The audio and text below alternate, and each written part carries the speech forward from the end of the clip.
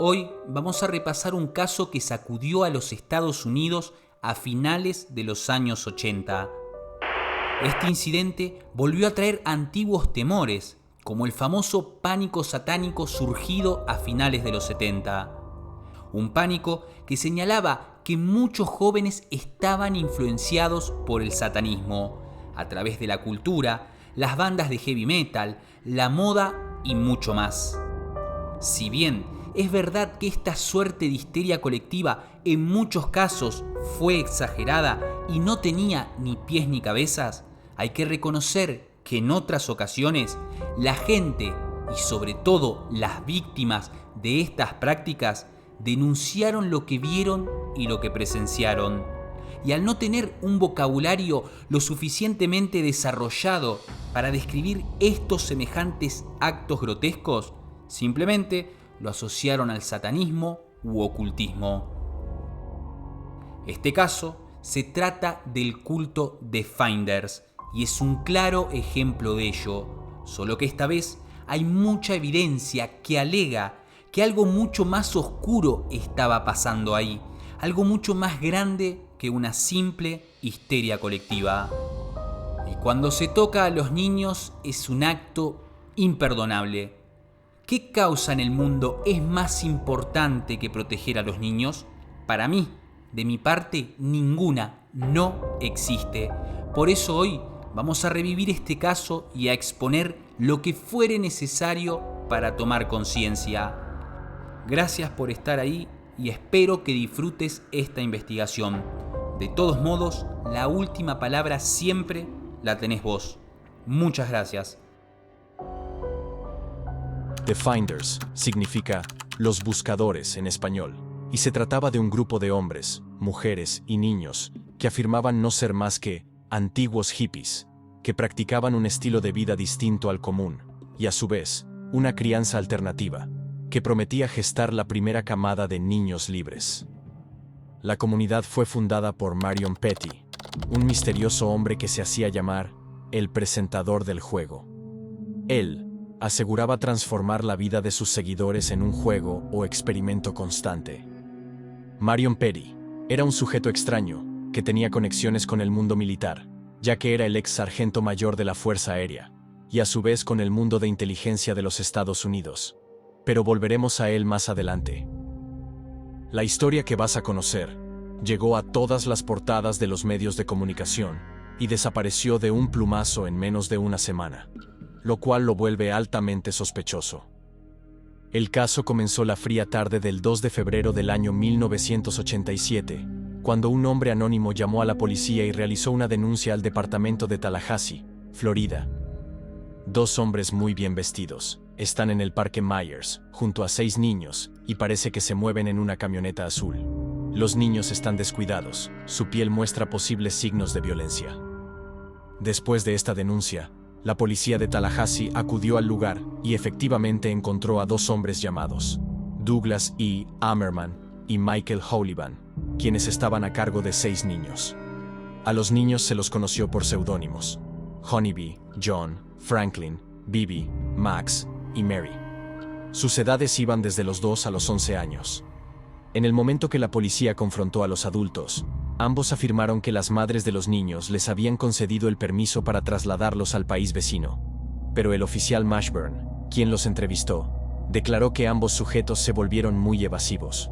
Incluso uno había fingido desmayarse. En síntesis, la coartada de los hombres fue la siguiente: nos dirigimos a México para llevar a los niños a una escuela de superdotados. Los agentes de la policía de Tallahassee, obviamente que dudaron de sus poco creíbles argumentos, y se dirigieron a inspeccionar el vehículo. Al momento de abrir las puertas de la camioneta, fueron azotados por un fuerte olor a podredumbre y encierro. Los agentes se habían dado cuenta de que hacía mucho tiempo que los 2 adultos y los 6 niños estaban conviviendo en la parte trasera de la furgoneta. Pero, ¿qué había dentro de la furgoneta?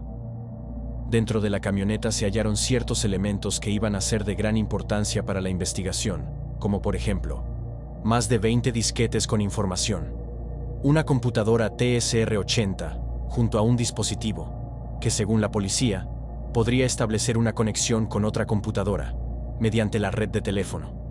Era una especie de comunicación bilateral y encriptada. Además de esto, se encontró un colchón, mapas, libros, cartas, documentos, preservativos y un diccionario de inglés-chino, entre tantas cosas. Obviamente que se trataba de una escena muy sospechosa, y todos los indicios marcaban que algo más grande y oscuro había detrás de todo esto. La policía arrestó a los dos hombres y decidió poner a los niños en un centro de acogida. Pero mientras los agentes estaban realizando la investigación, el centro de acogida llama al departamento de policía, diciendo que habían recibido una docena de llamadas por parte de anónimos que amenazaban la integridad de los niños. Por eso debieron actuar rápidamente y trasladar a los niños a un lugar secreto con agentes armados que los protegían. El estado en el cual fueron encontrados los niños era calamitoso. Tenían picaduras de insectos por todo el cuerpo, arañazos en las piernas, estaban desaliñados y mal vestidos. Todos mostraban preocupantes signos de desnutrición, y ninguno de ellos tenía ropa interior. Los agentes de la policía se dieron cuenta que los niños no lograban reconocer nada de la tecnología de la época. Es decir, los teléfonos, televisores, el agua caliente, las grapadoras, las máquinas de escribir ni la electricidad. Todos los niños estaban muy callados, todos excepto uno. El mayor de los niños, que era Mary, fue la que más habló con la policía y ayudó en la investigación. La niña dijo que los dos hombres eran sus profesores y cuando la policía le preguntó qué les enseñaban, ella respondió: "Ellos nos enseñan los juegos. Nosotros en realidad vivíamos en un gran edificio en Washington, hasta hace un tiempo. En el edificio son casi todas mujeres y niños, y a veces algunos hombres. Y comenzamos a viajar, pero no sé exactamente hacia dónde vamos". Básicamente, se trataba de un lugar donde vivían todos juntos, hombres, niños y mujeres. La policía aprovechó la apertura de la niña y le preguntó quién era el jefe del lugar y ella contestó: "No sé su nombre, pero todos se refieren a él como el presentador del juego". Cuando una oficial de policía, llamada Judy Sukoki, le preguntó a Mary su apellido, ella dijo que no lo recordaba. Judy comentó que la niña había dicho que uno de los dos sujetos que iban con ellos era su padre. Mary dijo que no se acordaba el nombre de ninguno de los dos, porque usaban distintos alias. Lo único que sí sabía muy bien la niña era que todos los niños y ambos adultos también tenían que hacer lo que el presentador del juego les ordenara. La niña dijo, entre tantas cosas, que tenían una dieta en base a frutas y vegetales crudos, pero no comían por necesidad, sino más bien por un sistema de recompensas. Cuando los niños hacían las cosas bien, tenían derecho a comer, pero cuando no las hacían del todo bien, no comían. Sin dudas, algo siniestro propio de una mente enferma y retorcida. Mientras las entrevistas a los niños llevaban su curso, los agentes de la policía pudieron obtener información importante, como por ejemplo, que los dos adultos se comunicaban con el presentador del juego, conocido como Marion Petty, a través de la computadora que tenían dentro de la camioneta. Todo apuntaba a lo peor. Los niños habían sido sometidos a unas pruebas por parte del Departamento de Salud, tanto psicológicas como físicas, para detectar posibles comportamientos inusuales o evidencias físicas de abuso sexual. Las conclusiones confirmaron lo que tanto se temía. Al menos 2 de los 6 niños, Mary y Max, fueron víctimas de abuso sexual. Al ser confrontados, Mary negó todo tipo de toqueteo entre niños y adultos, aunque estaba visiblemente nerviosa y preocupada. Debido al revuelo existente, el portavoz de la secta, llamado Gardner Terrell, propietario de una casa en D.C., que fue utilizada por el culto, salió a dar sus argumentos ante la inquietud de la prensa. Aquel sujeto portaba una máscara de goma de un expresidente de los Estados Unidos. Nuestro grupo está formado por personas racionales y conscientes. No hay tales cosas como adoradores del diablo, ni mucho menos abusadores de menores. El grupo es trabajador y está regido por una ética protestante. Somos solo una red de cooperadores. Durante estos momentos álgidos, un agente de la policía de Tallahassee dice tener un contacto dentro del culto, quien le advirtió que Marion Petty había alertado a todos los integrantes de la secta para que se escondiesen y fueran precavidos. Aparentemente este contacto dijo que Marion Petty se dirigiría a la base aérea de Andrews y tomaría un vuelo militar con rumbo a China. Recordemos que los hombres que fueron detenidos, entre sus pertenencias, llevaban diccionarios chino-inglés. ¿Pero por qué? Además de esto, Mary, la niña más grande del grupo de 6 niños, dijo a la policía que sabía contar del 1 al 10 en chino, gracias a las enseñanzas de un hombre, presuntamente asiático, que pertenecía a su comunidad. Según el informe del Servicio de Aduanas, es decir, los informes del señor Raymond Martínez, mencionó que se estaban solicitando niños a un contacto en Hong Kong, lo que hacía que el caso tuviera importancia internacional. Los 2 adultos, Michael y Douglas, fueron a la cárcel por ser sospechosos de tráfico infantil, con fines desconocidos. Mientras el caso seguía su encauce, otra llamada anónima llegó a la estación de policía de Tallahassee. Esta vez era la voz de una mujer quien afirmó: "Fui reclutada por la secta The Finders. Recibí promesas de recompensa financiera y gratificación sexual. Uno de los miembros de este culto me invitó a explorar el satanismo con los demás integrantes". En el momento que comenzó a emerger todo tipo de informaciones y rumores, el FBI se une a la investigación. Al mismo tiempo, por las declaraciones de los adultos que iban a llevar a los niños a México, la policía de Tallahassee se pone en contacto con el Servicios de Aduanas para dar la alarma ante un posible tráfico internacional de niños. El 6 de febrero, la policía del estado de Virginia allanó la granja de 90 acres, que era propiedad de Marion Petty. Los vecinos habían denunciado que los niños eran llevados a la granja en camionetas, generalmente llorando o en estado de desesperación. Un informe del FBI señala que se descubrió evidencia de rituales satánicos.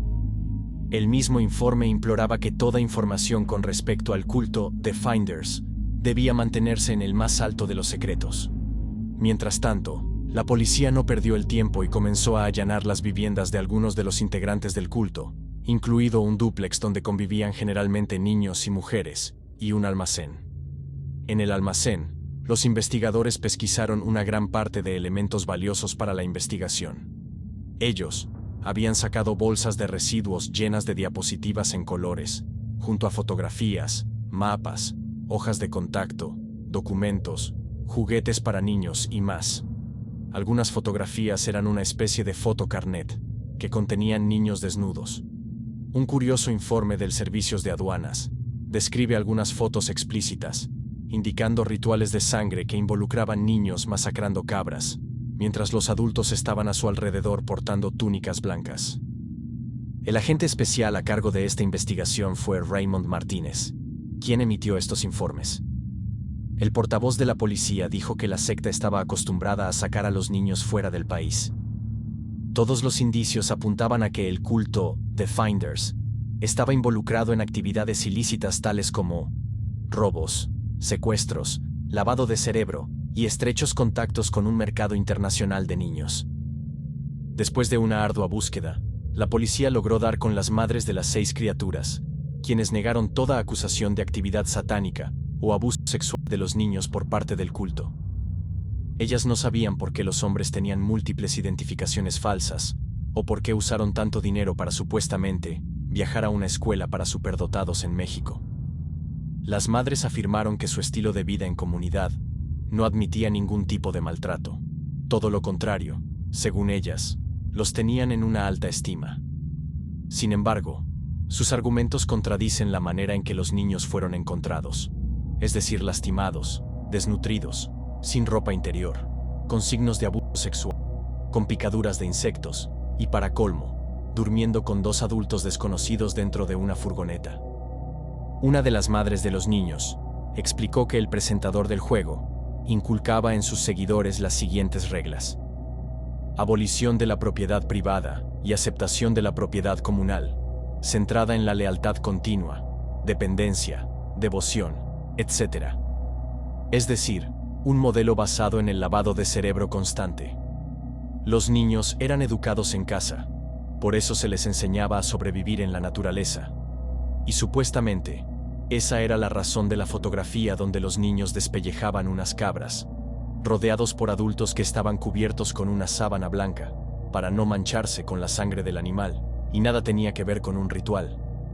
Pero, si los niños eran educados en casa, ¿por qué irían a una escuela de superdotados en México? Estas declaraciones, sumadas al estado de los niños, a los 2 adultos sospechosos, a la camioneta, a los elementos extraños encontrados dentro de ella, a los testimonios de los vecinos, a las fotografías de los niños, a lo inconsistente que era la coartada de los 2 adultos y de las demás personas con relación al culto. A pesar de todo esto y más, la policía decide cerrar el caso. Realmente lamentable, ya que el 11 de febrero un nuevo oficial fue nombrado como investigador principal del caso, el señor Rick Hoffman. Para el 24 de dicho mes, el oficial, muy apresurado y a pesar de la clara evidencia, decide dar por finalizada la investigación. Incluso el jefe del FBI concluyó de la siguiente manera: no se descubrió ninguna evidencia de violación federal.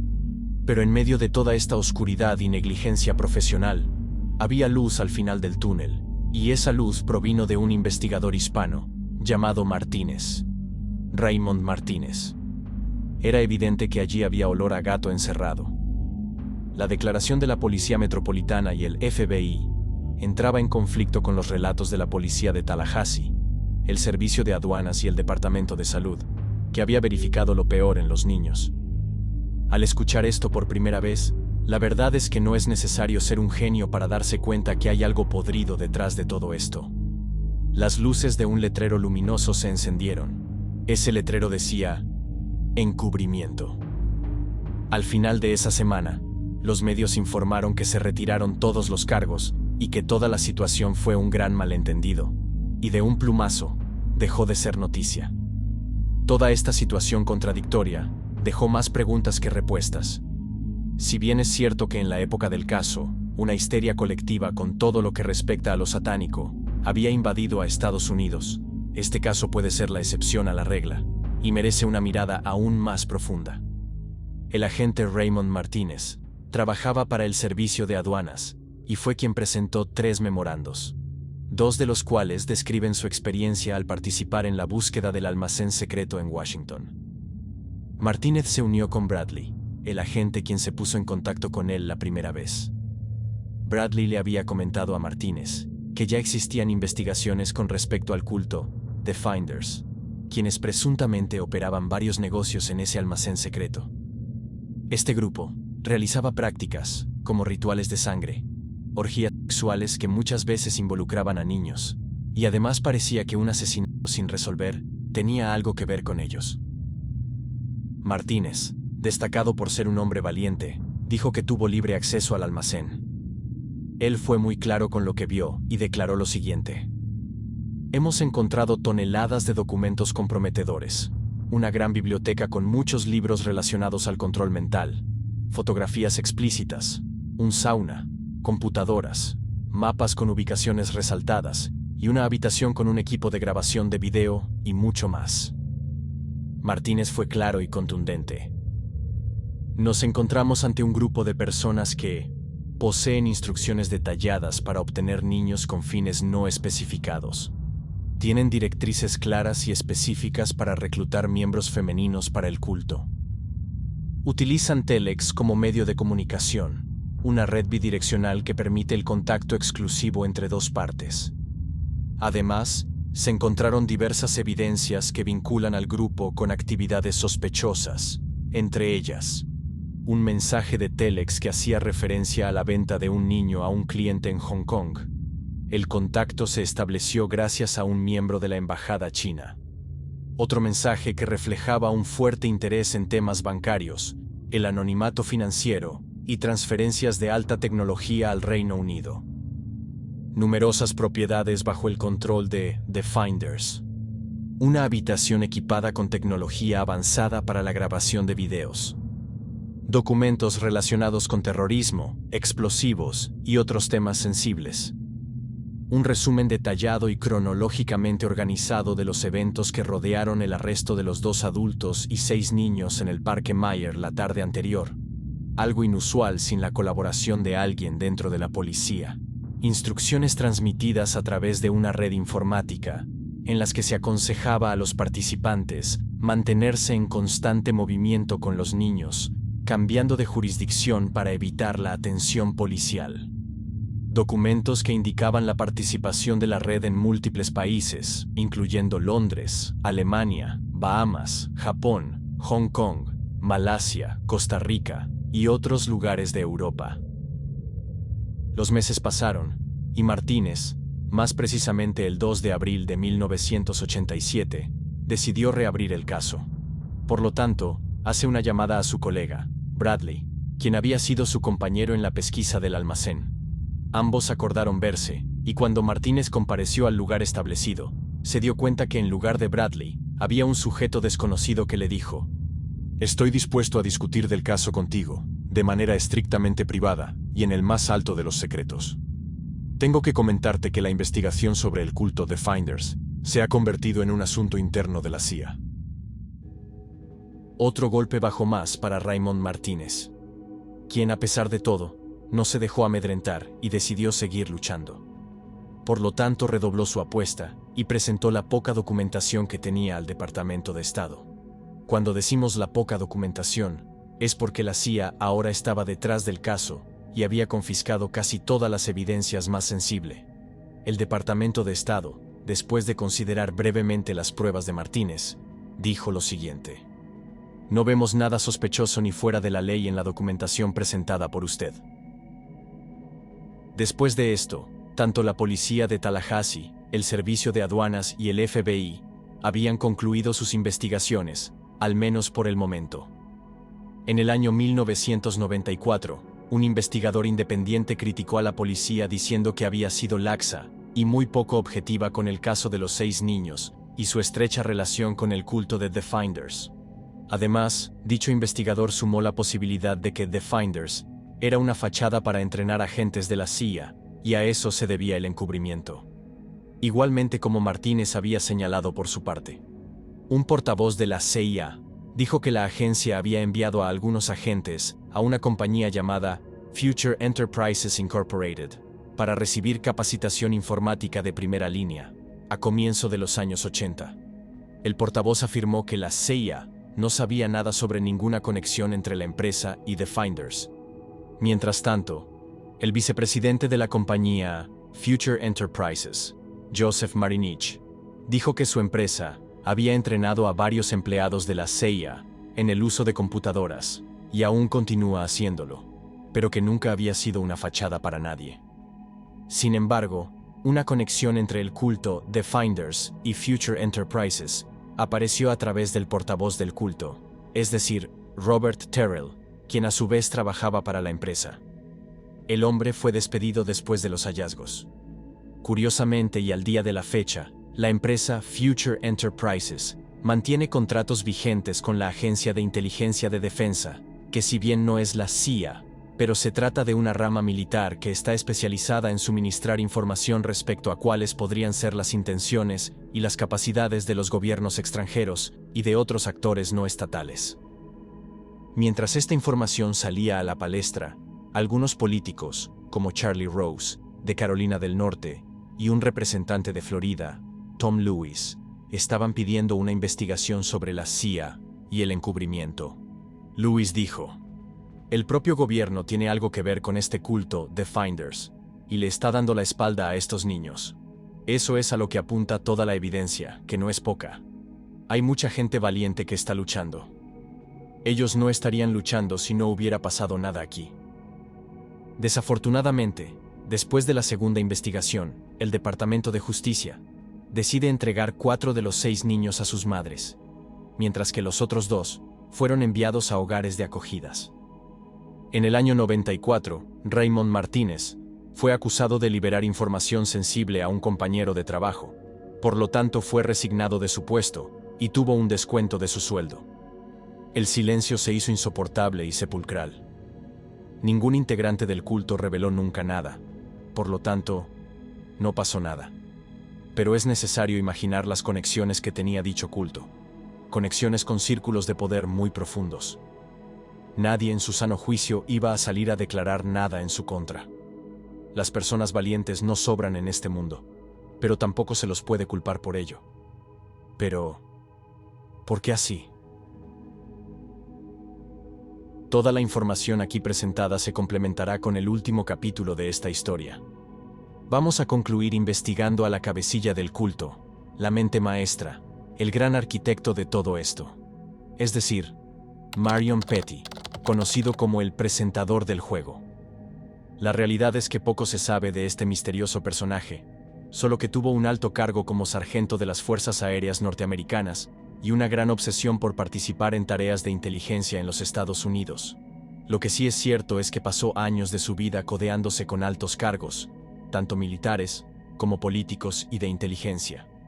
The New York Times, en el momento del arresto, lo definió como un líder carismático que instó a sus seguidores a estudiar una doctrina que enfatizaba en la autoexploración y el futurismo. Lo que sí es verdad es que tenía un gran poder de persuasión. Podía transformar cualquier acto oscuro en un simple juego.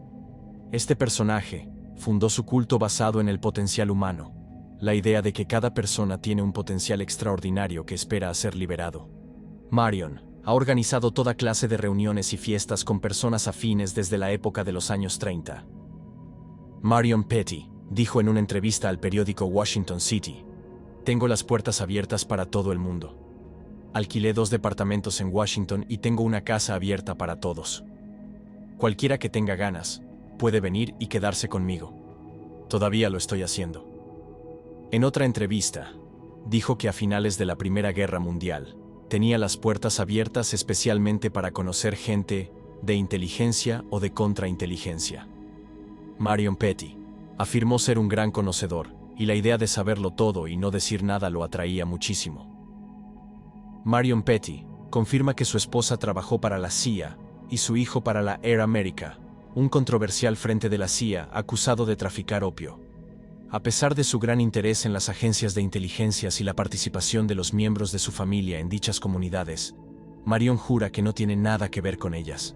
Desde luego sospechoso. A continuación voy a presentarte una premisa sobre una entrevista realizada al portavoz de la secta The Finders a través del canal The Conscious Resistance, al cual le agradezco gran parte de la información aquí presentada, ya que su labor periodística para encarar este caso fue, lisa y llanamente, impecable. Puedes ver la entrevista completa con el link en la descripción.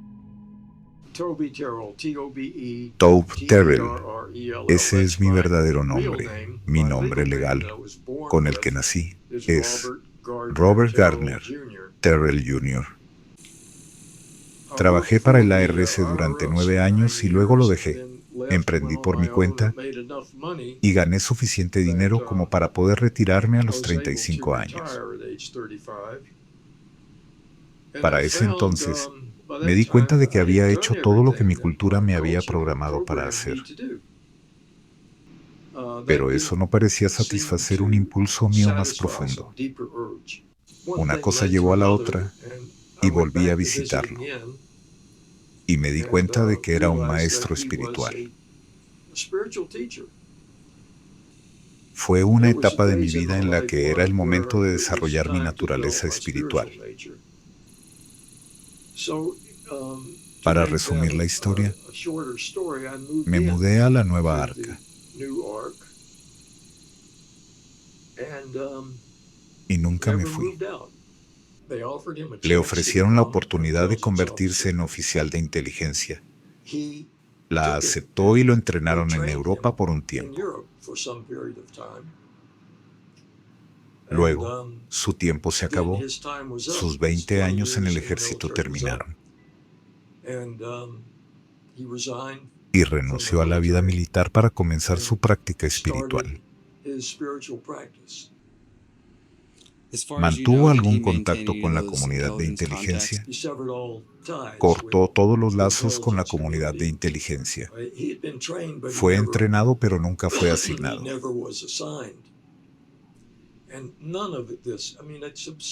Es absurdo pensar que teníamos alguna conexión con el gobierno. No la teníamos. Éramos lo más opuesto posible a los objetivos del gobierno y la comunidad de inteligencia. Las sombras que envolvieron este caso, lamentablemente, aún continúan expandiéndose. Los silencios, la negación, la omisión y la ridiculización dejan en evidencia que la verdad, cuando incomoda a los poderosos, rara vez sale a la luz. A pesar de los testimonios silenciados y los expedientes enterrados, las preguntas siguen resonando. ¿Quién protege a los que operan en las sombras? ¿Cuántas historias similares han sido relegadas al olvido? Pero la verdad tiene una forma particular de eternizarse, incluso cuando intentan sepultarla. En cada persona que se niega a olvidar, en cada buscador que sigue investigando, en cada víctima que se atreve a hablar, y en el dolor de las personas que les tocó aguantar. Y por más que intenten sellarla, la luz siempre encuentra la manera de filtrarse.